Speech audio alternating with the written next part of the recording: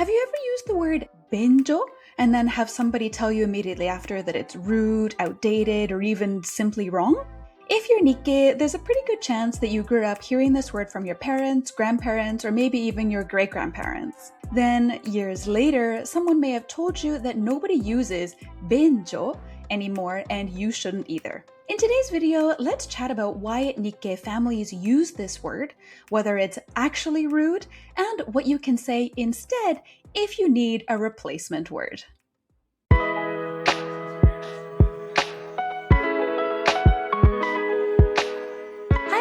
My name is Sachi. I'm a bilingual and bicultural Japanese teacher and translator. I help people of Japanese ancestry reconnect with their roots through language and family register documents called koseki. I also teach pronunciation, pitch accent, and formal Japanese. But more on how I can help you a little bit later. こんにちは。心コミュニケーションズのサチです。今回の動画では、便所という単語について英語でお話しします。なぜ多くの日系人の家庭で今でも使われているのかや、代わりになる単語の使い分けなどをご紹介します。One of the things I love most about working with Nikkei learners is that language often becomes a bridge between two generations. Sometimes community members come to our language classes already knowing a handful of Japanese words and phrases that they learned from their grandparents or maybe even their grandparents. And very often, one of those words is benjo. Let's start with clarifying what this word actually means. The word benjo literally refers to toilet or restroom. The first kanji can be read as ben or bin, depending on the context.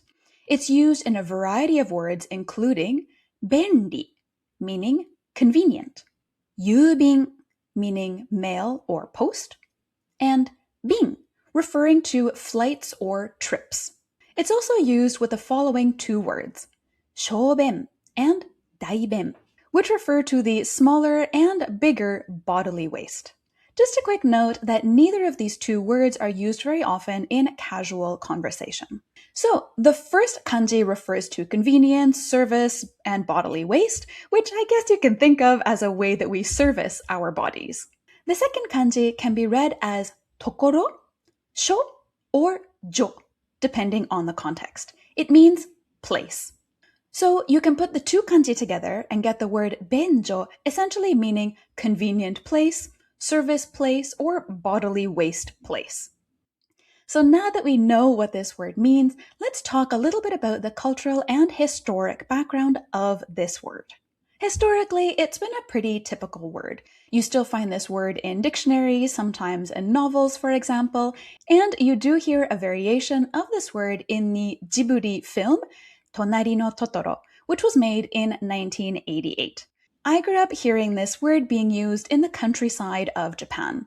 It is considered to be pretty direct, but it is still used in places like schools, for example. If your Nikkei family members have used the word benjo, it's not incorrect Japanese. It's a term they are familiar with, likely because it was used by their Issei family members and other community members. This word was brought with them from Japan. It's a part of their family and community history. The question is, why does this word sound different to people in Japan today? And the answer is actually pretty simple. It's because languages change over time, and also that people in the city sometimes talk differently from people in the countryside. Let's think about English for a moment. There are words and phrases that our grandparents used that younger people rarely say today. There are expressions that sound old-fashioned, regional, or even tied to a particular generation. Japanese, and all other languages for that matter, work in the same way. Over time, the meanings and usage of words that we associate with words change. And that's exactly what happened to the word benjo. There's nothing inherently wrong with this term, but in some contexts, it's good to make an informed decision about which word you wish to use. So if you're looking for a different option, here are a few that you can choose from. The most commonly used word is probably toire, which comes from the English word toilet. You can add an o sound at the beginning of it to get otoire, if you'd like to sound slightly more polite. You can actually do this with benjo too. Just add o to get obenjo to make it more polite. In somewhat more formal situations, you might hear otearai, which means hand-washing place. If you're at a restaurant or a department store, this one could be a good option. You might also hear keishoushitsu, meaning makeup room.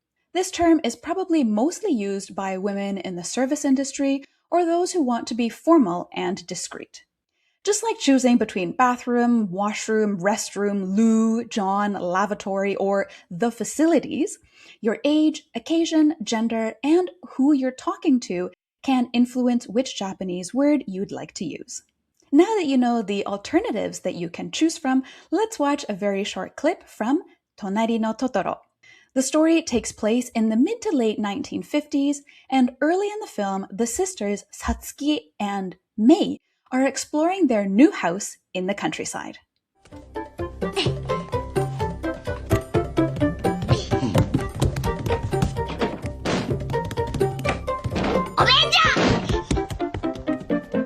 Did you catch it? Mei, the younger sister, uses Benjo when she finds the bathroom in their new house. It's a totally normal choice for her, and Japanese viewers don't need an explanation as to what this word means. Viewers of the movie are also not going to hear Mei exclaiming Benjo and think she's being rude. But many members of the global Nikkei community today share stories about how someone was horrified that they used this word, or how they were told it's vulgar or an outdated term. Depending on how you wish to present yourself to the world in a given situation, using this word may or may not be the ideal choice for you. However, that does not mean that you, your parents, or your grandparents have been speaking bad Japanese. This word is one of many that have been preserved by many Nikkei communities. When people migrate, it's not uncommon for the language to kind of freeze in time, and of course also evolve due to the influence of the dominant language in the place of migration. Meanwhile, the language in the homeland, the correct or standard version of that language, continues to change. So, should we stop using the word Benjo? My answer is no. I think it's important to understand how the word is perceived in Japan today and make an informed choice. If you're traveling to Japan or speaking with people from Japan, you may want to use toire, otoire, or otearai. But I don't think that Nikkei people should be embarrassed about the word Benjo. It's a part of your family's history, it's a part of our community's history, and it's a part of the language and culture that was passed down to you. Understanding modern Japanese does not require us to reject the language of previous generations. We can learn what is commonly used in Japan today while also appreciating the words that connect us to our parents, grandparents, and great-grandparents. And that's actually one thing we talk about in our virtual Japanese for Nikkei classrooms.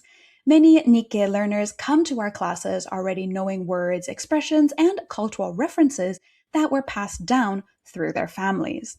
And we almost always have a discussion about the word benjo. Instead of treating these words as wrong, we explore where they came from, how they're used, and what they tell us about our history. Because language isn't just vocabulary, it's culture, it's memory, and it's connection. I'd love to hear from you. Does your family use benjo? Are there other Japanese words and phrases you grew up hearing that surprised people in Japan? Let me know in the comments below. And if you're interested in reconnecting with your heritage through language, be sure to check out the description below for all links and resources. Japanese for Nikkei is a series of Japanese language courses designed by Nikkei for Nikkei. It's a learner-centered space for members from around the world to reconnect with their heritage through language. We use Nikkei as an inclusive term for people of Japanese ancestry, including those from multicultural, multiracial, and diasporic backgrounds. The resource library for Japanese for Nikkei is expanding, so please consider signing up for our newsletters if you'd like to be the first to know when something new is available, whether it's a new video, waitlist, or course launch. You can also learn about the genealogy-related services that we provide and other Japanese language learning options, all linked below. では、最後までご視聴いただきありがとうございました。Thank you so much for watching until the end, and see you next time!